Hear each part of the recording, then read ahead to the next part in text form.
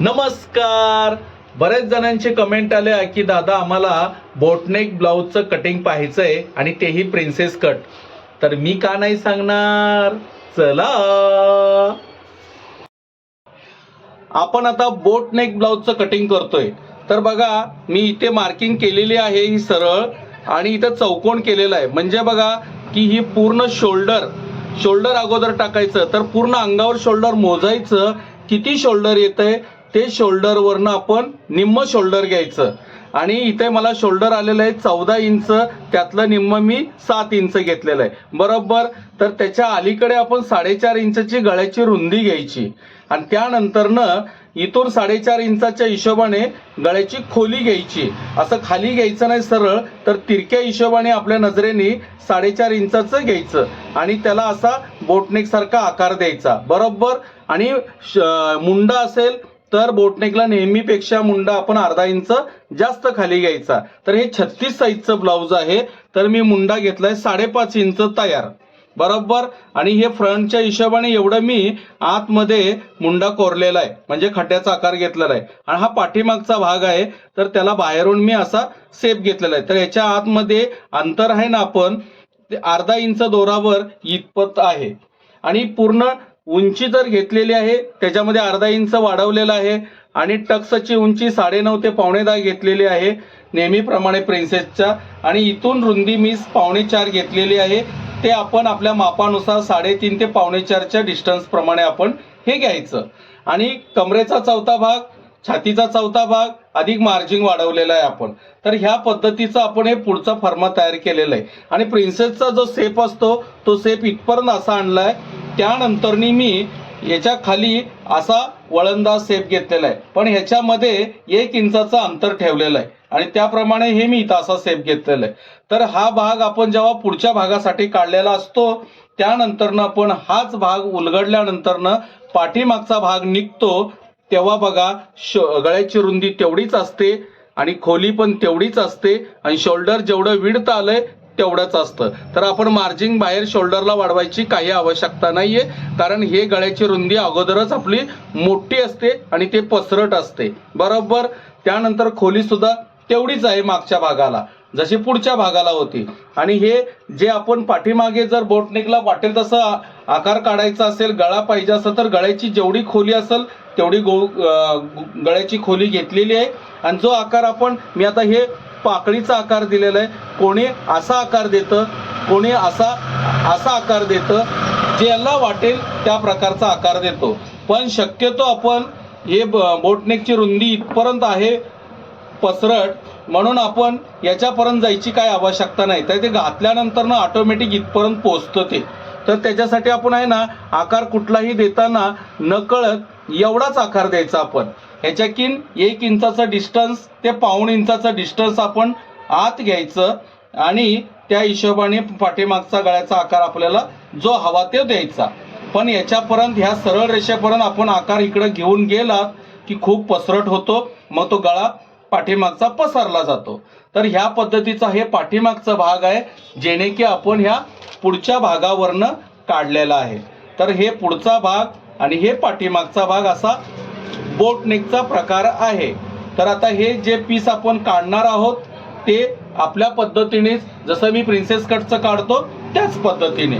तर आता मी पुढचे हे भाग कापडावर वाढवून काढणार आहे. आता तुम्ही बघू शकता मी इथून पूर्ण हे वेगळे 2 भाग करणार आहे, जे मुंड्याच्या सेप पर्यंत पोहोचलेला आहोत आपण ते बरोबर. आणि इथं सेंटरच्या इथे एक चटका मारून घ्यायचा, हा भाग वेगळा काढायचा. आणि हा भाग असतो ना इथे सेंटरच्या इथे एक चटका मारायचा मार्किंगसाठी, आणि ह्याच दिशेने याला खाली एवढा भाग आपला हा भाग आपला बाहेर काढून टाकायचा.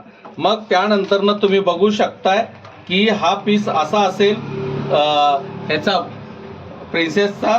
तर याच्यामध्ये आपल्याला मार्जिन वाढवून कटिंग करायचंय. तर आता बघू शकताय फ्रंटचा तो कागदाचा भाग आपण बाहेर काढलेला आहे कट करून. तर हे सरळ कापडामध्ये हे असं व्यवस्थित ठेवायचं त्याच पद्धतीने, आणि इथे मार्जिन कितपत येते त्या पद्धतीने बघायचं आणि सेंटरच्या इथे मार्किंग करायचं. आणि याच्या खाली एक 1.5 इंच दोराभर वाढवायचं आणि इथून ते इथपर्यंत हे बघा असं क्रॉस घ्यायचं बरोबर, म्हणजे पुढे ब्लाऊज आहे ना वर चढणार नाही. आणि इथे 1.5 इंच वाढवून ज्या पद्धतीने आपण मार्जिन ठेवणार आहोत हे बघा त्या पद्धतीचं आपण या हिशोबाने इथपर्यंत असं घेणार आहोत.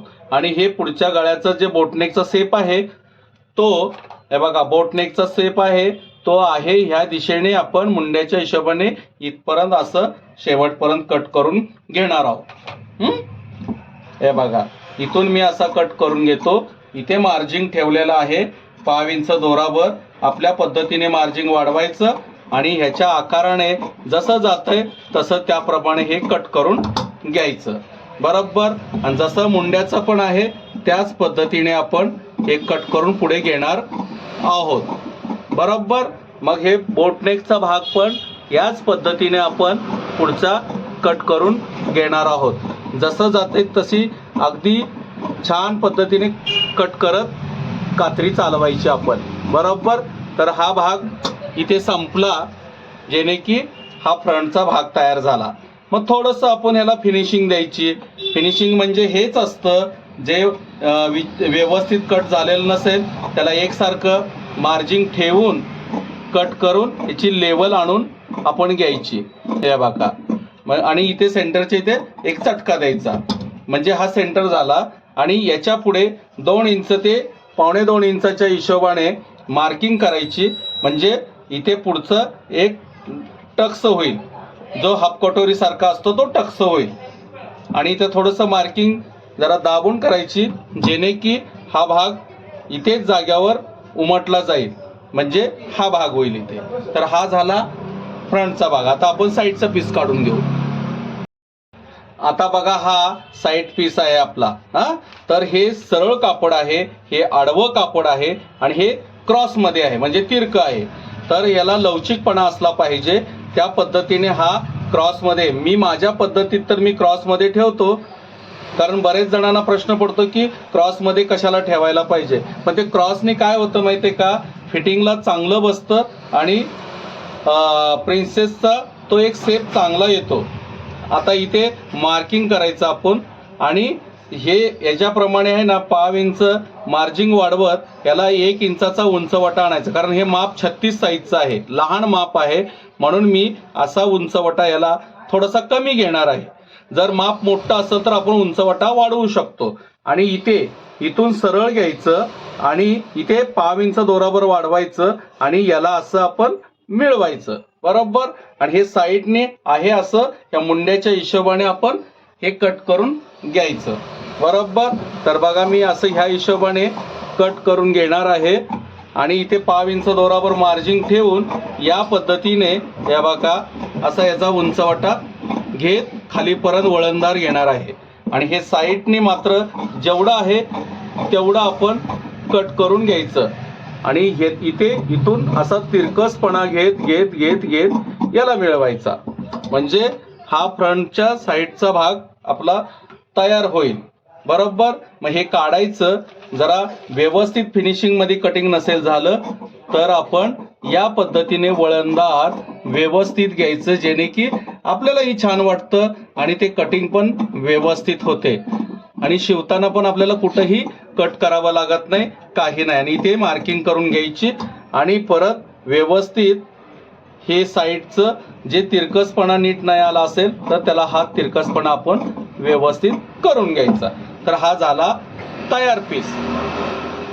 आता आपल्याला फायनल कटिंग, मी ज्यावेळेस सांगत असतो की प्रत्येक भाग वेगळे काढल्यानंतर आपण त्याला शेवट फायनल कटिंग करायचं कारण शिवताना आपल्याला आहे ना अजिबात कापाकापी कट करता कुठं अडचण येत नाही.